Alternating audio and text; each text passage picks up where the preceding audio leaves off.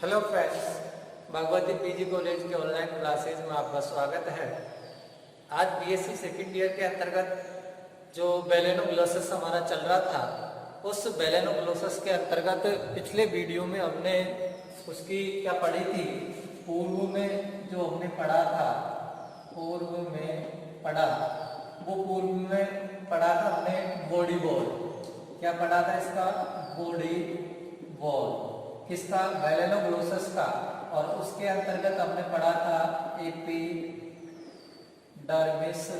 Layer.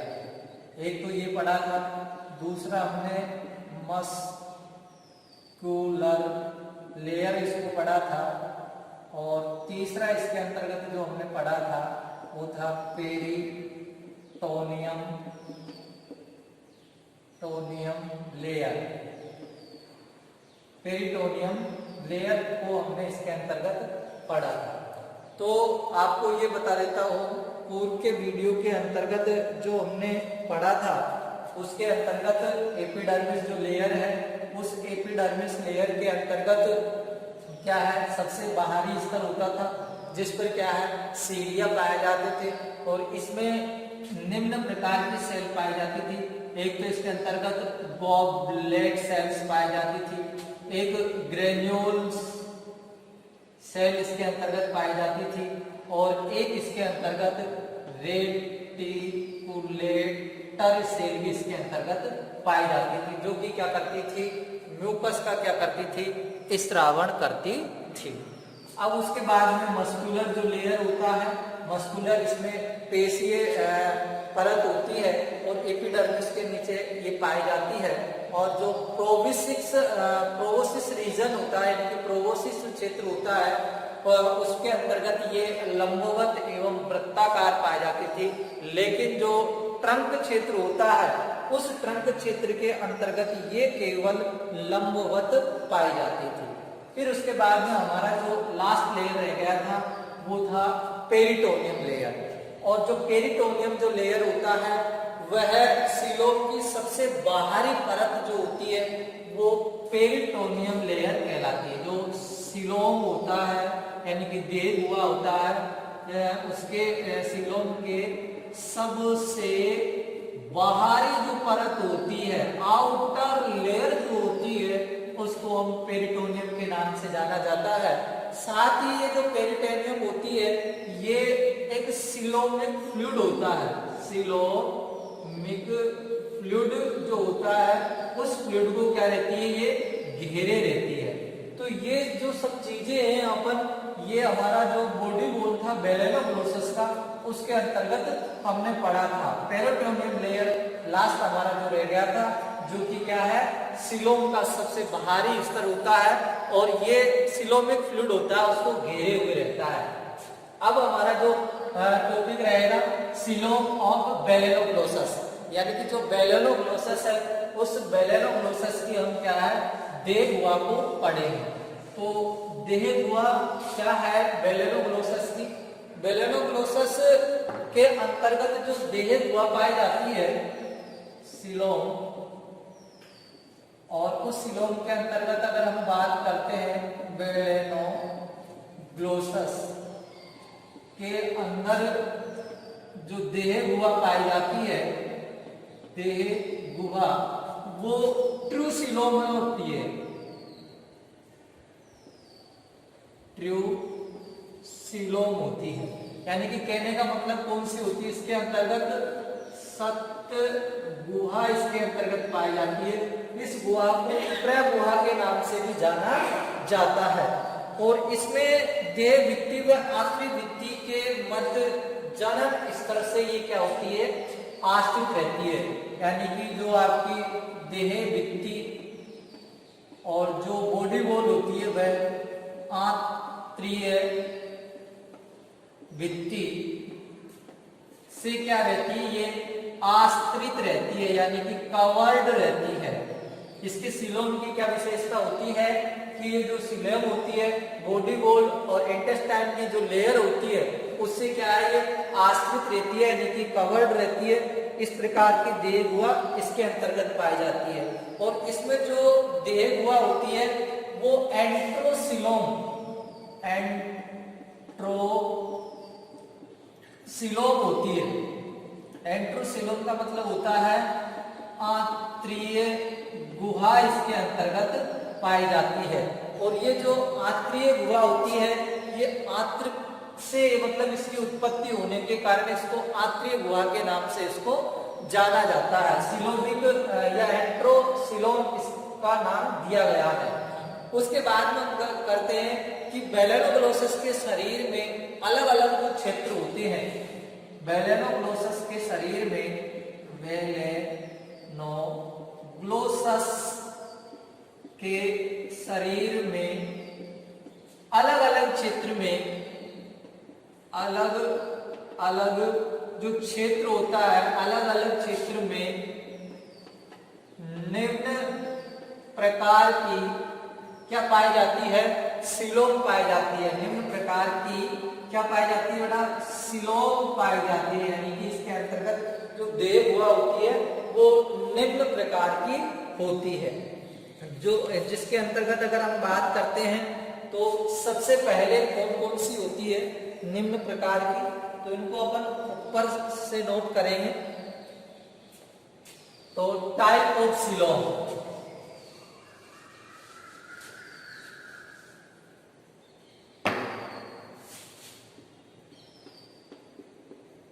Type of coelom.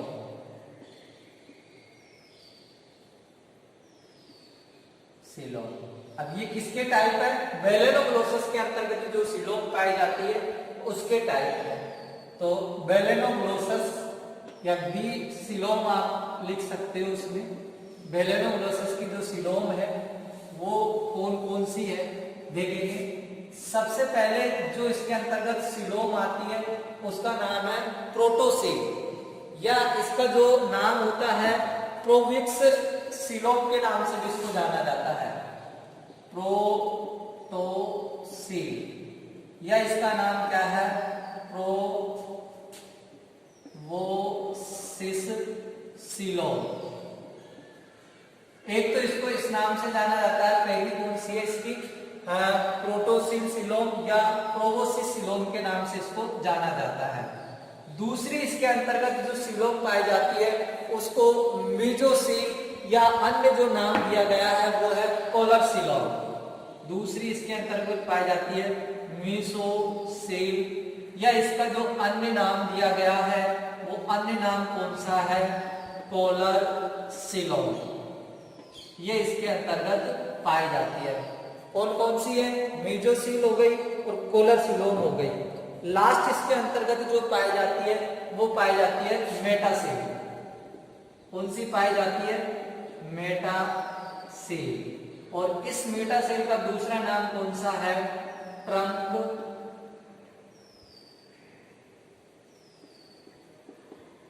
Coelom. Trunk coelom के नाम से इसको जाना जाता है। अब हम इनके बारे में चर्चा करेंगे और देखते हैं। प्रोटोसील जो प्रोविक्स सिलोम होती है वो प्रोटोसील एक तो प्रोविक्स क्षेत्र के अंतर्गत पाई जाएगी। इसकी विशेषता क्या है? ये एक तो प्रोविक्स जो क्षेत्र होता है वहां पर पाई जाती है।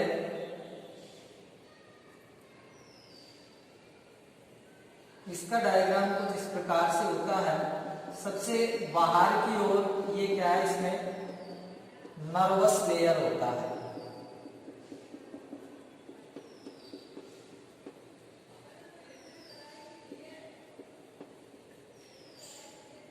इसके सबसे बाहर की ओर कौन सा होता है? नर्वस लेयर होता है।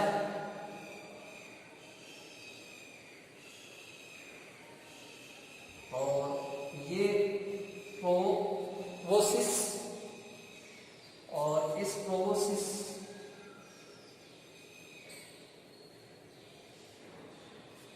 के बाद में इसके अंतर्गत जो सिलोम पाई जाएगी वो जो सिलोम होगी वो कौन सी होगी? प्रोवोसिस सिलोम होगी।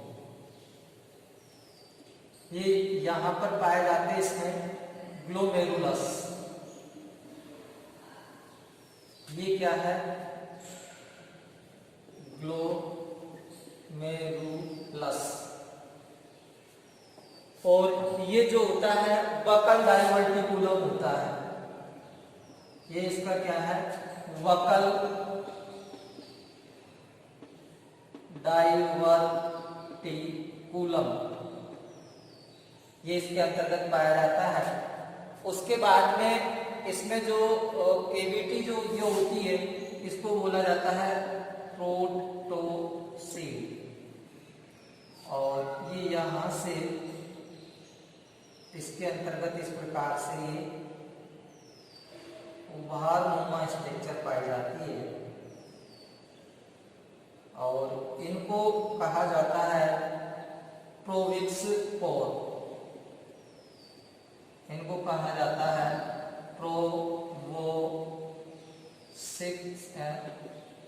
प्रोवोसिस पोर। सुंडल छिद्र के नाम से इसको जाना जाता है, और इसके अंतर्गत जो द्रव्य भरा रहता है और उस द्रव्य के अंतर्गत पाए जाते हैं कनेक्टिव टिश्यू।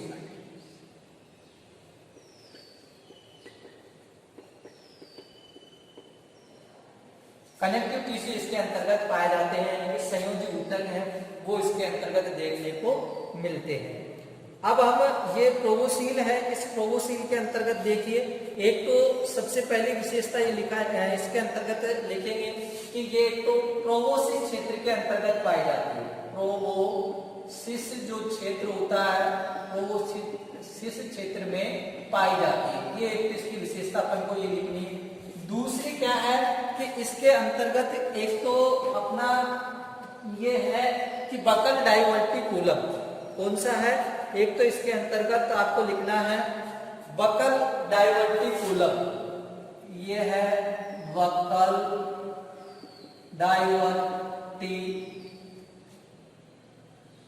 डाइवर्टिकुलम, और एक इसके अंतर्गत है प्रोवोसिस स्केलेटन। एक तो है बकल डाइवर्टिकुलम और एक इसका कौन सा है, प्रोवोसिस स्केलेटन। स्केलेटन वह अन्य संरचनाओं के कारण, अन्य संरचनाएं पाई जाती है, अन्य संरचनाओं के कारण ये क्या होती है, छोटी होती है, अन्य संरचनाओं के कारण ये छोटी दिखाई देती है। भाई इसके अंतर्गत एक तो बकल डाइवर्टिकुलम पाया जाता है, प्रोवोसिस स्केलेटन पाया जाता है, इन संरचनाओं के कारण क्या है, ये कैसी दिखाई देती है, छोटी दिखाई देती है। फिर उसके बाद में हम जैसे ही आगे की ओर बात करते हैं तो जो प्रोटोसील होता है मध्य भाग से डाइवर्टिकुलम को घेरे लेती है। अगला कैरेक्टर आप लिख सकते हैं, जो प्रोटोसील होता है, प्रोटोसील जो कि एक क्या है, सीलोम है, वो बकल डाइवर्टिकुलम को, बकल डाइवर्टिकुलम को क्या रहती है, घेरे रहती है, घेरे रहती है। बकल जो डाइवर्टिकुलम है, इस बकल डाइवर्टिकुलम को क्या है, ये घेरे हुए रहती है। देखिए बकल डाइवर्टिकुलम है, इसको क्या है, ये घेरे हुए रहती है। साथ ही हम बात करते हैं कि बकल डाइवर्टिकुलम के बाहर की ओर दोनों पास में एक जोड़ी, ये जो बकल डाइवर्टिकुलम है ये पूरा, इसके बाहर की ओर एक जोड़ी क्या पाए जाते हैं, ग्लोमेरुलस पाए जाते हैं। क्या पाए जाते हैं, ग्लोमेरुलस पाए जाते हैं, और ये ग्लोमेरुलस इसके गुच्छेनुमा संरचना होती है, गुच्छेनुमा संरचना होती है। फिर उसके बाद में नेक्स्ट कैरेक्टर के बारे में अगर आप लिखना चाहे तो लिखेंगे, प्रोटोसील प्रोवोसिस के आंतरिक भाग में एक छोटे छिद्र, यानी कि प्रोटोसील, ये जो प्रोटोसील है, ये प्रोटोसील प्रोवोसिस जो भाग होता है उसमें एक छिद्र के द्वारा खुलती है। प्रोटोसील ये जो प्रोटोसील है प्रोवोसिस क्षेत्र में, प्रोवोसिस क्षेत्र में प्रोवोसिस पोर के द्वारा, बाहर खुलती है। बाहर क्या करती है भाई, ये ओपन होती है। साथ ही इसके ये अर्थात प्रोबोसिस रीजन बाह्य वातावरण के संपर्क में रहता है। आप लिख सकते हैं इसमें प्रोबोसिस जो रीजन होता है, प्रोबोसिस रीजन बाह्य वातावरण के या बाहरी वातावरण के संपर्क में रहता है। तो देखो प्रोटोसील या इसको प्रोबोसिस सीलोम के नाम से जाना जाता है। ये तो प्रोबोसिस जो क्षेत्र होता है उसके अंतर्गत पाई जाती है। ये बकल डाइवर्टिकुलम, प्रोबोसिस स्प्लेटर व अन्य संरचनाओं के कारण यह गुहा छोटी दिखाई देती है। साथ ही प्रोटोसील बकल डाइवर्टिकुलम को घेरे रहती है। प्रोटोसील बकल डाइवर्टिकुलम को क्या रहती है? घेरे हुए रहती है। प्रोटोसील प्रोबोसिस क्षेत्र के अंतर्गत, जो प्रोटोसील होता है वो प्रोबोसिस जो क्षेत्र होता है उस क्षेत्र के अंतर्गत जो ओपन होता है उसको प्रोबोसिस कोर के नाम से जाना जाता है। और प्रोबोसिस जो क्षेत्र है बाहरी वातावरण के संपर्क में रहता है। और ये क्या है? प्रोबोसील या इसको प्रोटोसील के नाम से भी जाना जाता है। ये है प्रोटोसील। अब हमारे पास आती है मेसोसील या इसको पोलर सीलोम के नाम से जाना जाता है। तो इसके बारे में हमको लिखना सबसे पहले तो कि ये जो मेसोसील होती है वो कौन से क्षेत्र में पाई जाती है। जो बेलेवर प्रोसेस का हमने बॉडी डिवाइडेशन पढ़ा था, उस बॉडी डिवाइडेशन के अंतर्गत हमने इसको 3 ही भागों में बांटा था। एक तो प्रोबोसिस के अंतर्गत, फिर हमने उसको जो बांटा था पोलर के अंतर्गत, और लास्ट हमने इसको बांटा था ट्रंक के अंतर्गत। तो पोलर क्षेत्र के अंतर्गत है वो मेसोसील पाई जाती है। और मध्य काय के दोनों पार्श्वों में ये पाई जाती है। जो मेसोसील होता है उस मेसोसील यानी कि पोलर होता है, उस पोलर के दोनों पार्श्व भाग है उनके अंतर्गत ये पाई जाती है।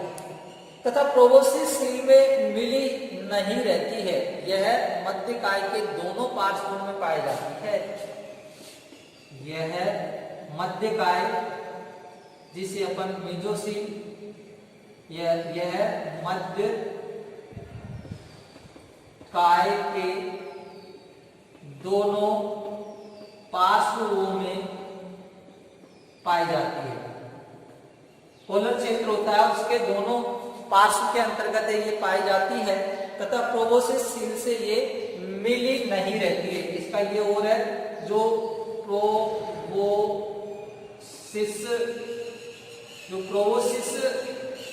सील होती है या सील होती है उससे ये जुड़ी नहीं रहती है, जुड़ी नहीं रहती है। ये इसका एक और कैरेक्टर है कि जो प्रोबोसिस सील और जो मेसोसील है वो क्या है? कनेक्ट नहीं रहती है। और ये 2 कैनाल में बटी रहती है तथा दोनों कैनाल प्रोबोसिस या मेसोसील जो होती है वह 2 कैनाल्स में बटी होती है। वह ये दोनों कैनाल्स कैसी होती है? पृथक पृथक होती है। और साथ ही ये कैनाल्स पृथक छिद्र के द्वारा बाहर की ओर ये 2 कैनाल से बटी होती है। दोनों कैनाल प्रथम जोड़ी फर्स्ट पेयर गिल पोर में ओपन होती है। ये इसका कैरेक्टर है कि ये जो मेसोसील होती है, ये मेसोसील क्या है? प्रोबोसिस दोनों दोबारा से मेसोसील होगी, पोलर सीलोम के नाम से जाना जाता है। पोलर क्षेत्र के अंतर्गत होती है और ये मध्य काय के पास में पाई जाती है। प्रोबोसिस जो सील से ये क्या है? जुड़ी नहीं रहती है और ये 2 कैनालों के रूप में डिवाइड होती है। और ये जो दोनों कैनाल के जो छिद्र होते हैं वो किसके अंतर्गत? प्रथम जोड़ी जो गिल पोर होते हैं वहां पर ये क्या होती है? ओपन होती है। अब हमारा लास्ट जो आता है वो आता है मेटासील और इसको ट्रंक सीलोम के नाम से भी जाना जाता है। तो सबसे पहला कैरेक्टर क्या लिख देंगे कि यह ट्रंक क्षेत्र में पाई जाती है। ट्रंक क्षेत्र में पाई जाती है। पहली विशेषता तो इसकी ये हो जाएगी, ये ट्रंक क्षेत्र के अंतर्गत है जो पाई जाती है। फिर उसके बाद में लिखेंगे एक गुहा से दो गुहाओं के पृथक्करण एवं एक पृष्ठ का एक अदर यात्री योजनी द्वारा इनके अंतर्गत जो दो कैविटी पाई जाती है, इसमें दोनों गुहाओं का पृथक्करण, गुहाओं का जो पृथक्करण होता है वह किसके द्वारा होता है? आंत्र योजनी के द्वारा होता है। आंत्र योजनी इंटेस्टाइन जो होती है वो एक जोड़ने वाली होती है। इंटेस्टाइन एक मध्य पट्ट होता है, यानी कि सेप्टम होता है। उस सेप्टम के अंतर्गत ये दो कैविटी के अंतर्गत क्या है, डिवाइड होती है। कौन? मेटासील होती है और सीलोम आश्रित होती है, और ये मध्यकाय सेप्टम द्वारा क्या रहती है, ये पृथक रहती है। साथ ही अगर हम बात करते हैं जो सील होती है, ये एक अंतिम सीलोम होती है किसकी? बेलेनोग्लोसस की। तो ये तीन सीलोम है इसके अंतर्गत पाई जाती है। एक तो प्रोटोसील के नाम से जाना जाता है, एक मेसोसील के नाम से जाना जाता है, और एक इसको मेटासील के नाम से इसको जाना जाता है। लास्ट के अंतर्गत जो इसमें आता है वो आता है सीलोमिक फ्लूइड, देह गुही द्रव्य, देह गुही द्रव्य। इसको सीलोमिक फ्लूइड के नाम से जाना जाता है।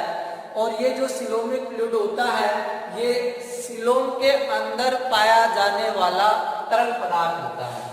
तो आप लिख सकते हैं सीलोम के अंदर उपस्थित तरल पदार्थ, तरल पदार्थ जो होता है उसको हम सीलोमिक फ्लूइड के नाम से जानते हैं। अगली जो बात क्या है, इसके अंतर्गत क्या है, अमीबीय सेल पाई जाती है। कौन सी सेल पाई जाती है? अमीबीय सेल्स पाई जाती है, यानी कि कोशिकाएं इसके अंतर्गत पाई जाती है। एक वैज्ञानिक का नाम है स्पेनजिलर, स्पेनजिल। इस वैज्ञानिक ने इसके अंतर्गत ल्यूकोसाइट को भी बताया था। ल्यूकोसाइट्स जो सेल्स होती है वो इसके अंतर्गत पाई जाती है। ल्यूकोसाइट्स जो सेल्स होती है वो इसके अंतर्गत पाई जाती है, जो कि किसका कार्य करती है? एक तरीके से भक्षण का कार्य करती है। भक्षण का कार्य करती है।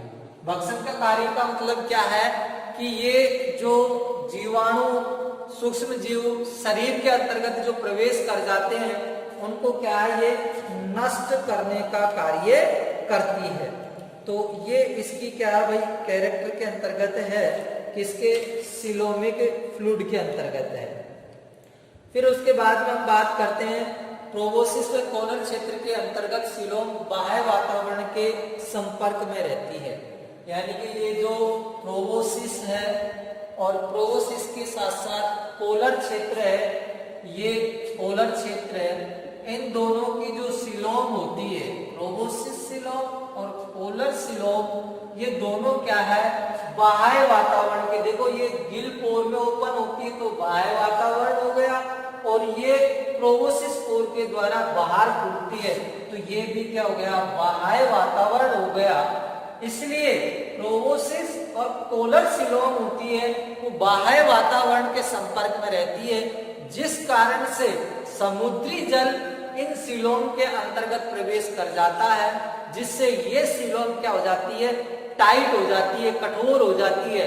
और टाइट एवं कठोर हो जाने के साथ साथ जो बेलेनोग्लोसस होता है, समुद्र का जो तटीय क्षेत्र होता है, उसमें बिल बनाने के लिए क्या होता है, सहायक होता है या उससे बिल बन जाता है। तो ये इसकी क्या होती है भाई, विशेषता होती है। और ये बेलेनोग्लोसस का क्या हुआ, हमारा सीलोम हुआ, यानी कि देह हुआ, जिसके अंतर्गत क्या है, तो बेलेनोग्लोसस है, उसके अंतर्गत 3 सीलोम, प्रोटोसील, मेसोसील और मेटासील इसके अंतर्गत पाई जाती है। नाम से स्पष्ट है, प्रोबोसिस शुष्क क्षेत्र में पाई जाएगी, मेजोसील है वो कॉलर क्षेत्र में पाई जाएगी और मेडोसील है वो ट्रंक क्षेत्र के अंतर्गत पाई जाती है। फिर उसके बाद में प्रोटोसील की अगर बात करते हैं तो ये वक्कल डायवर्टिकुलम और प्रोबोसिस स्केलेटन के कारण ये छोटी होती है, ये थोड़ी क्या होती है, बड़ी होती है, फिर ये इससे बड़ी होती है। आगे की बात है कि जो प्रोटोसील होती है वो वक्कल डायवर्टिकुलम को क्या है, घेरे हुए रहती है। साथ ही प्रोटोसील के अंतर्गत ये प्रोबोसिस जो पोर होते हैं वो बाह्य वातावरण में क्या होते हैं, ओपन होते हैं। इन मेसोसील के और ट्रंक सीलों में इनके जो डायग्राम है ज्यादा इंपॉर्टेंट, वो ज्यादा आपको मतलब बड़ा हो जाएगा, इसलिए उनको बनाने की कोई आवश्यकता नहीं है और बुक में है वो दे भी नहीं रखा है। तो ये इसके अंतर्गत अपन को सिलोम देववा के अंतर्गत हमको याद रखना है।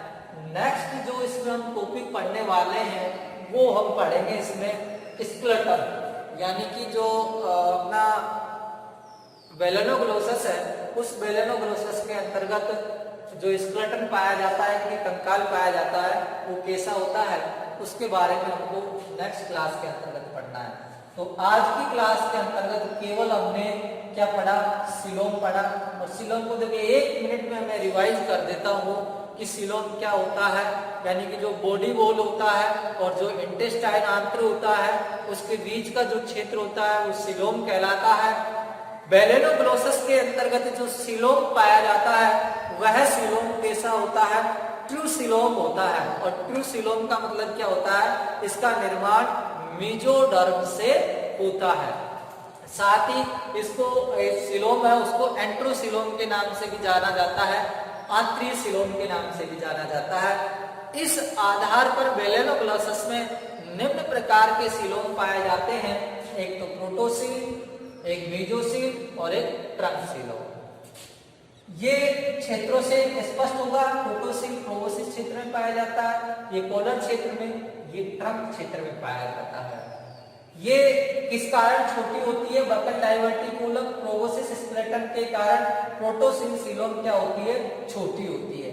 अगला कैरेक्टर क्या है, प्रोटोसील वक्कल डायवर्टिकुलम, जो वक्कल डायवर्टिकुलम है इसको क्या है, ये घेरे हुए रहती है, यानी कि ये जो क्षेत्र होता है ये प्रोटोसील कहलाता है इसका ये। और ये पूरा क्षेत्र प्रोटोसील होगा, ये क्या है, इसको घेरे रहती है। और ये बाहरी वातावरण किसके द्वारा ओपन होती है, ये प्रोबोसिस पोर के द्वारा ओपन होती है। और इसमें जो फ्लूइड रहता है उसको कनेक्टिव टिश्यू के नाम से जानते हैं। कॉलर क्षेत्र में पाई जाती है, इसमें 2 कोनाल होती है, पृथक पृथक दोनों केलाल, प्रथम जोड़ी गिल पोर में क्या होती है भाई, ओपन होती है। ट्रंक क्षेत्र 2 गुहाओं का पृथक्करण होता है, किसके द्वारा, आंतरिक योजनी के द्वारा। फिर इसमें सिलोमिक फ्लूइड अंदर उपस्थित तरल पदार्थ होता है, अमीबीय सेल पाई जाती है। स्पेंजिल वैज्ञानिक के अनुसार ये ल्यूकोसाइट सेल इसमें पाई जाती है जो क्या करती है, भक्षण का कार्य करती है। साथ ही इसमें बताया गया है कि प्रोबोसिस और कॉलर जो क्षेत्र होती है वो बाह्य वातावरण के होने के कारण इनकी सिलोम थोड़ी कठोर हो जाती है, जो विल खोदने में क्या करती है, मदद करती है। तो इसी के साथ ये सिलोम का जो टॉपिक अपना कंप्लीट होता है। कल के वीडियो में फिर आपसे यानी कि नेक्स्ट क्लास में आपसे मुलाकात होगी कौन से टॉपिक के साथ, स्केलेटन के साथ। Thank you.